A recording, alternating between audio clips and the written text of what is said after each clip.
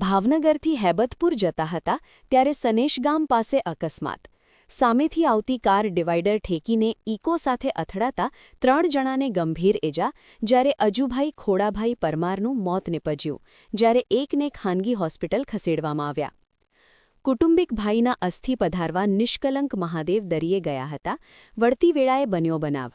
અજુભાઈ ખોડાભાઈ પરમાર, 64 વર્ષ, હેબતપુરનું અવસાન.